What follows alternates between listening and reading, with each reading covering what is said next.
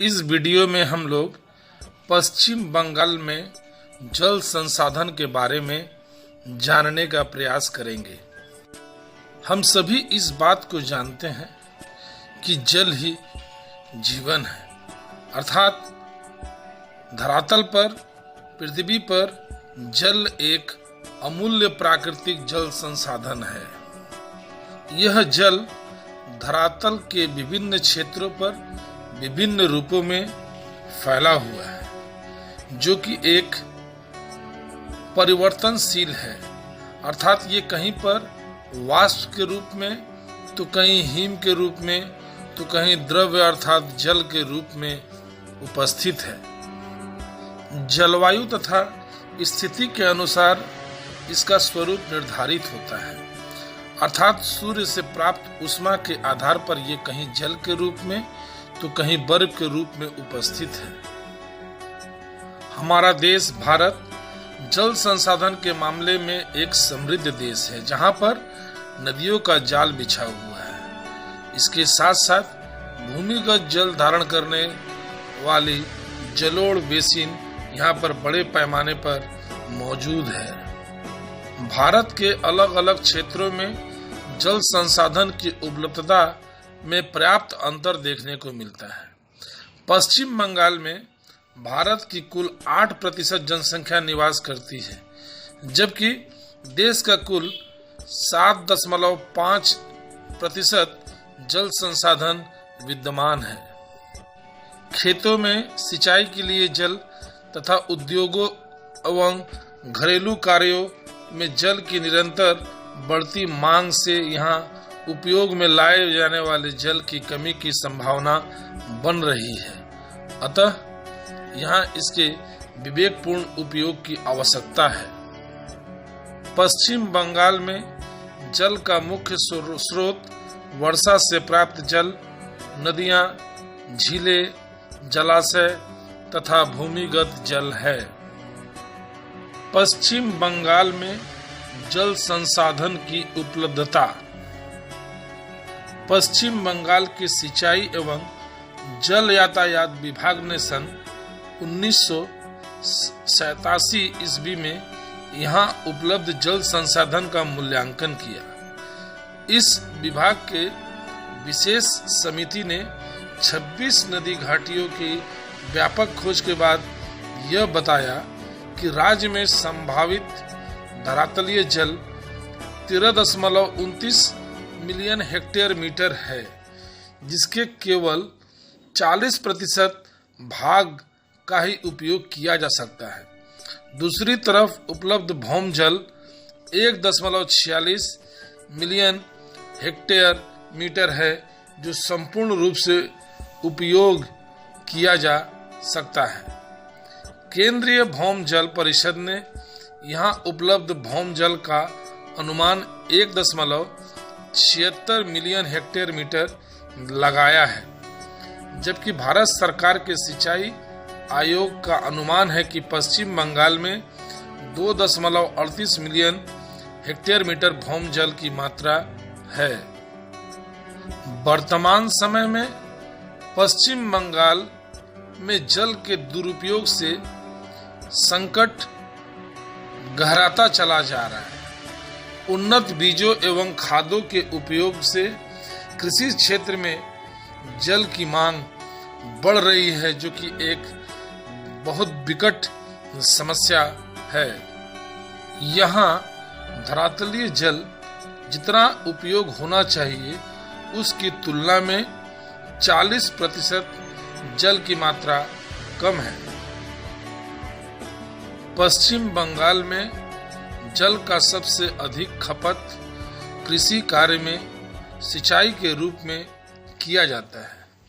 इसके साथ साथ औद्योगिक तथा घरेलू कार्य, नौका परिवहन, जल विद्युत उत्पादन में भी जल की आवश्यकता बढ़ती जा रही है। अतः उचित जल प्रबंधन द्वारा ही जल की उपलब्धता एवं जल के मांग के अंतर को कम किया जा सकता है। पश्चिम बंगाल में जल भंडारण एवं संरक्षण की समस्याएं। पश्चिम बंगाल 3 प्रमुख भौगोलिक इकाइयों में विभाजित है। उत्तरी बंगाल भागीरथी हुगली के पश्चिम में स्थित राढ़ प्रदेश तथा भागीरथी हुगली के पूर्व का मैदानी क्षेत्र। यहाँ के संपूर्ण जल संसाधन का 63% उत्तर बंगाल की बाढ़ नदी घाटियों में, 22% राढ़ क्षेत्र में तथा 15% पूर्वी मैदान में स्थित है। उत्तरी बंगाल हिमालय में अवस्थित होने के कारण यहाँ की नदियाँ हिमालय से निकलती है तथा इनमें से अधिकांशतः दक्षिण की ओर बहते हुए बांग्लादेश में चली जाती हैं।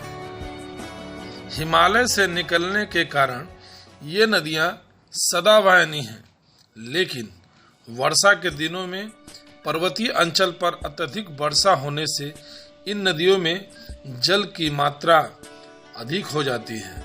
इन नदियों के जल के संरक्षण एवं भंडारण की उचित व्यवस्था करके पश्चिम बंगाल में जल की समस्या को दूर करने का प्रयास किया जा सकता है, परंतु इनमें से अधिकांश नदियों का उद्गम स्थल दूसरे देश में है, जो कि भारत की राजनीतिक सीमा के बाहर सिक्किम और भूटान में है। अतः इसके जल के भंडारण में अंतर्राष्ट्रीय सीमाएं उत्पन्न हो जाती हैं। दूसरा है कि इनमें तीव्र प्रवाह एवं जल में अवसादों की अधिक मात्रा के कारण इन पर बांधों का निर्माण से पारिस्थितिकी एवं आर्थिक समस्याएं भी उत्पन्न हो सकती हैं। इन नदियों में वर्षा के जल का एकत्रीकरण एवं प्रबंधन पर कोई उचित व्यवस्था नहीं है। इसमें इन नदियों में अक्सर बाढ़ आती है। बाढ़ के नियंत्रण के लिए उत्तरी बंगाल नदी प्रबंधन परिषद की स्थापना की गई है। दक्षिणी बंगाल में जल संग्रहण के उद्देश्य से बनाए गए जलाशय राज्य के पश्चिमी सीमा के पास स्थित है, जैसे कि निकटवर्ती झारखंड राज्य की सीमा में स्थित है।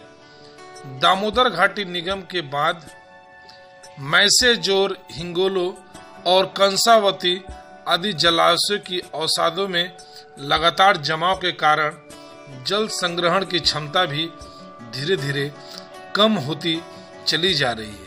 यह जलाशय कृषि क्षेत्र में जल के कुल मांग का मात्र 2.44% ही उपलब्ध करा पाता है।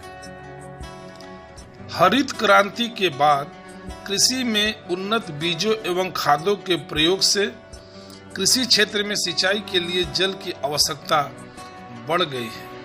अतः 1970 के बाद पश्चिम बंगाल में भौम जल का दोहन बहुत अधिक होने लगा है। वर्तमान समय में यहाँ कृषि क्षेत्र में सिंचाई के लिए 0.60 मिलियन कम गहराई वाले तथा 5000 अधिक गहराई वाले ट्यूबवेल कार्यरत हैं। पश्चिम बंगाल में भौम जल की उपलब्ध मात्रा के अनुपात में इसका मांग निरंतर बढ़ता चला जा रहा है, जिससे यहाँ भौम जल की मात्रा निरंतर कम होती जा रही है। कुल मिलाकर यह कहा जाता है कि पश्चिम बंगाल में जितनी जल की आवश्यकता है उतना जल उपलब्ध नहीं है।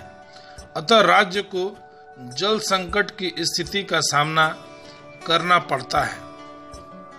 यहाँ जल की आवश्यकता की कमी को इस तालिका में द्वारा समझाया जा सकता है।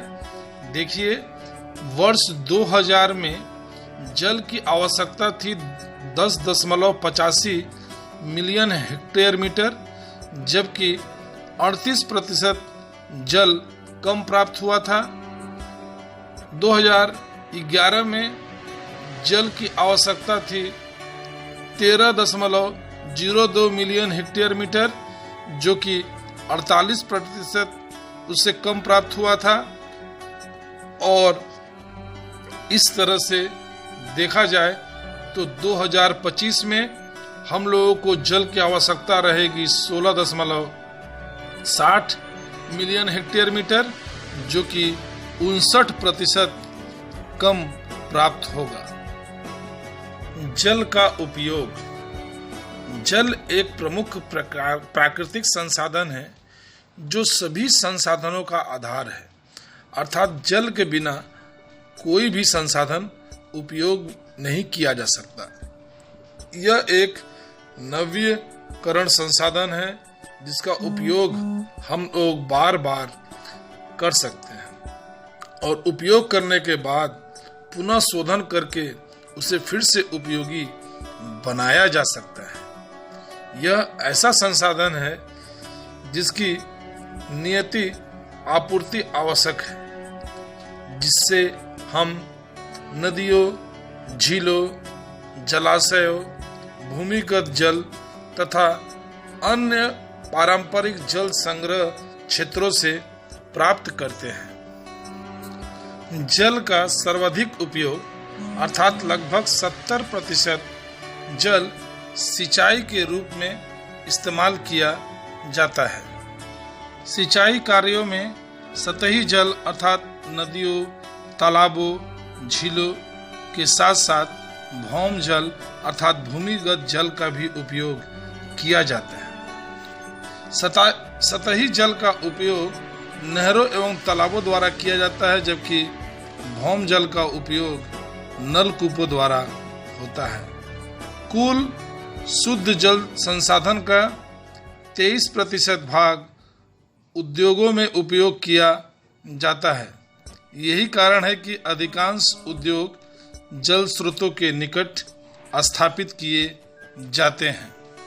उद्योगों में जल का उपयोग भाप बनाने, रसायनों को घोलने, वस्त्रों की धुलाई, रंगाई, छपाई, कागज की लुगदी बनाने, लोहा को ठंडा करने तथा अम्ल एवं क्षार बनाने आदि कार्यों के लिए किया जाता है। घरेलू कार्यों में भी जल का उपयोग पीने के लिए, भोजन बनाने के लिए, स्नान करने के लिए, कपड़ा धोने के लिए तथा बर्तन आदि धोने के लिए इस्तेमाल किया जाता है। इन महत्वपूर्ण कार्यों के अतिरिक्त जल का उपयोग नाव परिवहन, विद्युत उत्पादन, मत्स्य उत्पादन या मत्स्य पालन आदि के लिए भी किया जाता है। जल के अति उपयोग की हानियां। पृथ्वी पर लगभग 97% खारा जल है, अर्थात स्वच्छ जल की मात्रा बहुत कम है। स्वच्छ एवं मीठे जल की उपलब्धता बहुत कम होने पर इनका उपयोग हमें ध्यानपूर्वक करना पड़ता है। आज जनसंख्या वृद्धि, सिंचाई तथा औद्योगिक विकास के कारण जल संसाधन के अत्यधिक दोहन हो रहा है और विभिन्न क्षेत्रों में जल के अति उपयोग से पश्चिम बंगाल में जल की संकट समस्या उत्पन्न हो गई है। इसके साथ साथ जल के अति उपयोग के और भी बहुत सारे दुष्परिणाम देखने को मिल रहे हैं, जो कि इस प्रकार हैं। पहला है, अति सिंचाई से मिट्टी की उर्वरा शक्ति समाप्त हो रही है और मिट्टी में क्षारीयता एवं लवणता का परिमाण बढ़ता चला जा रहा है।